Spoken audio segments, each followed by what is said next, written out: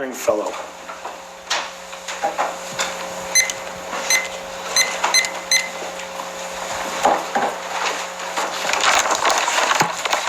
Good evening, Tom Stringfellow, 183 Hillstown Road. I wanted to express my sympathies to Darrell Thames Sr.'s family. I've known him for a long time when he was on the board. Very fine gentleman. He went to Black College, Howard University.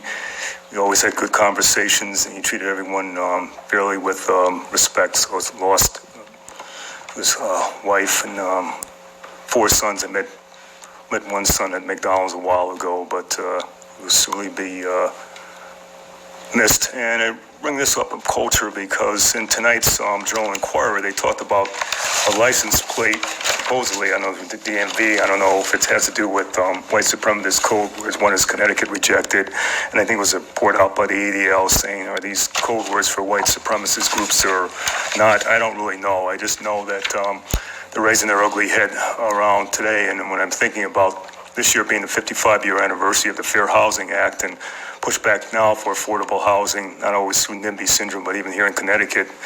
JR had a good report on that last month that we still have some issues there to go, on class zoning requirements and doing what's right for people, regardless of your ethnic backgrounds. There are trailer parks here that the people don't own the land here, homelessness, which I think is a national disgrace across this country.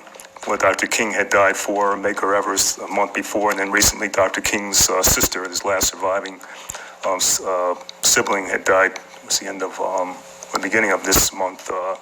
Miss Ferris King, and I grew up during that time, so it affected me personally, but hopefully in a better way. And I know, on affirmative action debacle, I want everyone to be there that's qualified, but we need to look at the legacy factor and other issues too. So maybe it needs to be out to poor and working class families, get that money out there so they can attend college with a good GPA. But beyond that, make America work for everybody. Let me see. I know what's going on right now. I mentioned about Korea. I was hoping we had a proclamation for those veterans that fought in that conflict because July 27th would mark the 70th anniversary of that conflict. And World War I will be 105 years this upcoming November 11th. I know former Mayor Augustinelli's father had fought in that conflict. So I'm hoping they'll be recognized.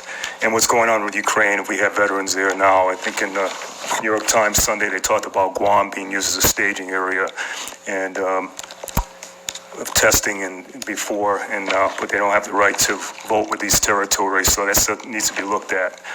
I think we live in a good community. I know what happened at this event, but I'm hoping that things will get straightened out, in the future when it comes to language or music, that, get on the same page, because I don't know the real reason behind it, but, it does leave a bad mark, and I'm not into any type of gangster rap, but rap can be positive too. It's not all negative, just as you got racist rock and roll. So I think we got to look at Manchester being for all of us, and I try to do my part as a citizen, and whether you agree with me or not, we just need to deal with our, own problems here, like I said, with racism, any type of prejudice. So thank you, and good luck. Thank you.